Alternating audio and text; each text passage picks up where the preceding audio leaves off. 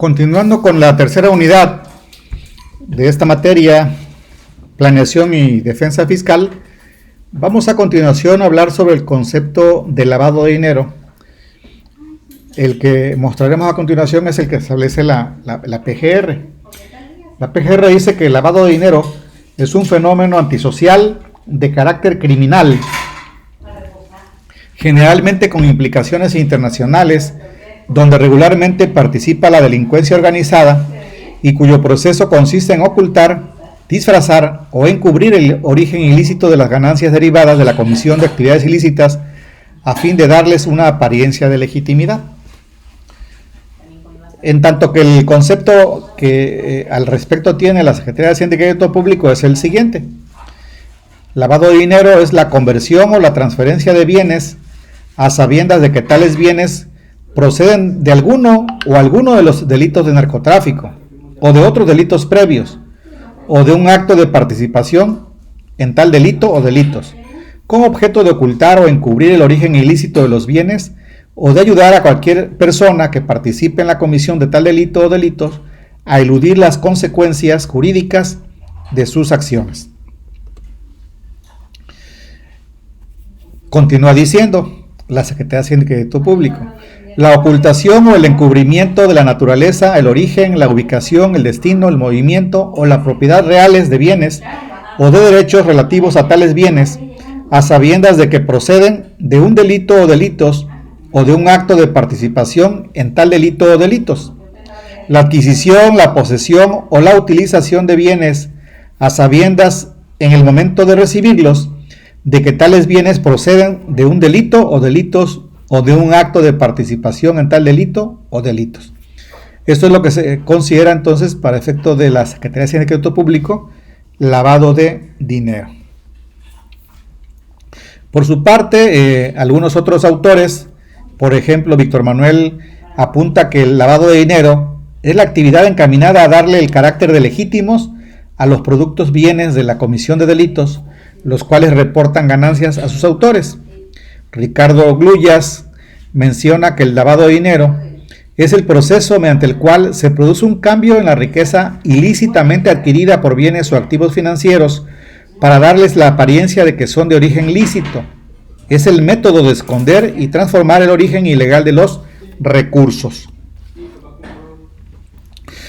En este proceso de lavado de dinero existen pues las siguientes etapas.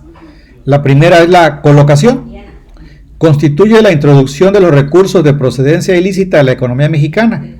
Para ello, el crimen organizado emplea diferentes mecanismos como son, entre otros, la compraventa directa de bienes o mercancías a particulares con recursos de origen ilícito, principalmente en efectivo.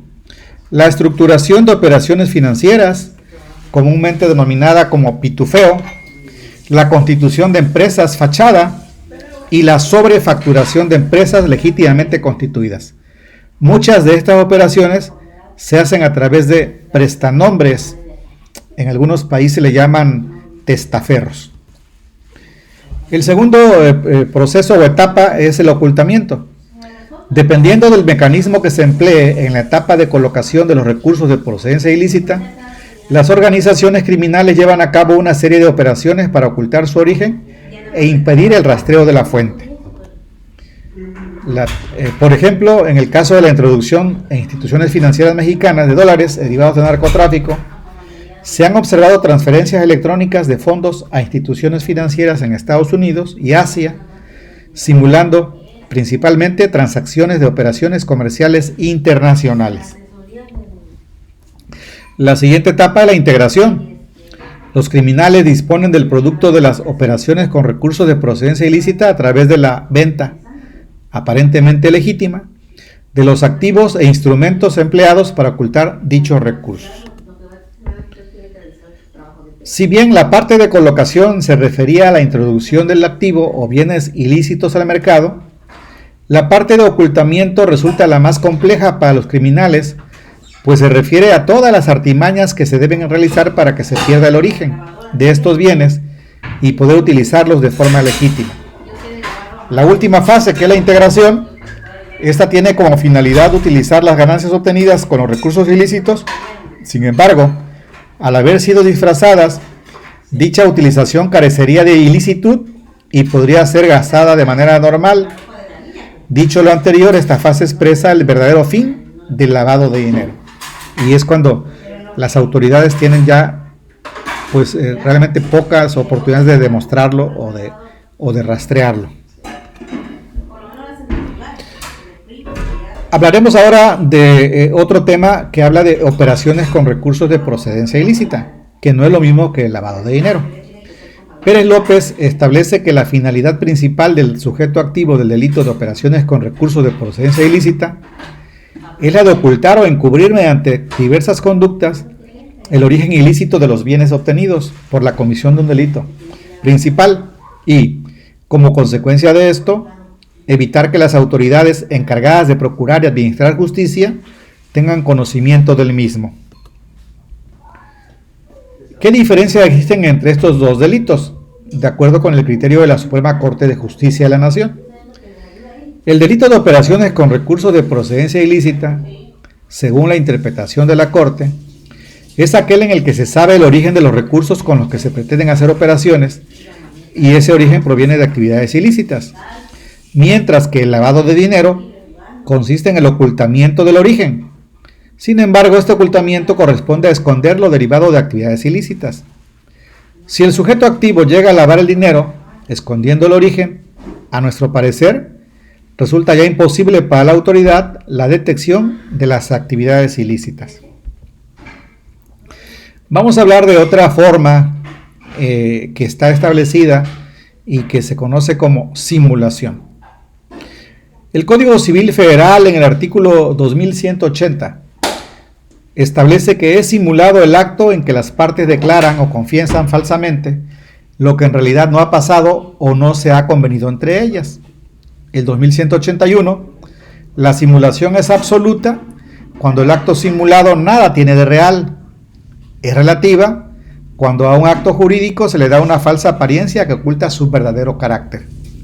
El 2182 del Código Civil Federal dice: la simulación absoluta no produce efectos jurídicos.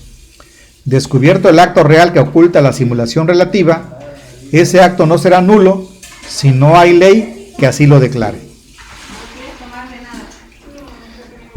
La simulación absoluta. La simulación de contratos o actos jurídicos puede ser absoluta o puede ser relativa según las intenciones ocultas detrás del negocio jurídico. Existe simulación, como ya lo dijimos, cuando la realidad deseada por las partes es diferente a la voluntad plasmada en los documentos. Por ejemplo, un contrato de compraventa o una escritura pública. Se hace un negocio aparente que encierra otra intención. Por ejemplo, se vende una casa, pero en la realidad el vendedor sigue siendo el dueño de ella. Y el vendedor solo se prestó para hacer creer que es el nuevo dueño. En este caso sería, el comprador solo se prestó para hacer creer que es el nuevo dueño. Y esa simulación se presenta en su forma absoluta o relativa. Se dice que una simulación es absoluta cuando el concierto simulatorio entre los partícipes está destinado a crear una apariencia probatoria de un negocio sin contenido real, esto es, a producir la idea de un negocio no querido. Las partes, además de no tener la voluntad que declaran, no tienen ninguna otra. La simulación es absoluta cuando el vendedor transfiere mediante escritura pública su propiedad a un tercero, pero en el fondo no hay transferencia efectiva de la propiedad. Por ejemplo, Pedro le dice a Juan: le traspaso mi finca para que María no me la embargue, pero la finca sigue siendo mía. Algo así como el testaferrato o prestanombre, término más popular y conocido en nuestro país. El vendedor no tiene la más mínima voluntad o intención de vender la finca. Y se dice que hay una simulación relativa cuando el negocio simulado o aparentado esconde total o parcialmente otro negocio que es el verdaderamente querido. La simulación relativa es cuando se vende la casa, pero se transfiere a título gratuito, o se vende por un precio diferente al plasmado en el contrato de compraventa. Hay un negocio verdadero, que es la transferencia de dominio y la posesión, pero encierra algo distinto a lo señalado en el contrato formal. Esto es muy común en la compraventa de bienes inmuebles. Muchas veces, para evitar el pago de contribuciones, una compraventa que, por ejemplo, tiene un valor de 1 millón de pesos en términos reales, se puede pactar en un valor menor, en 200 o 300 mil pesos, para evitar o evadir el pago de las contribuciones. Vamos a dejar hasta aquí este video y continuamos con otro enseguida.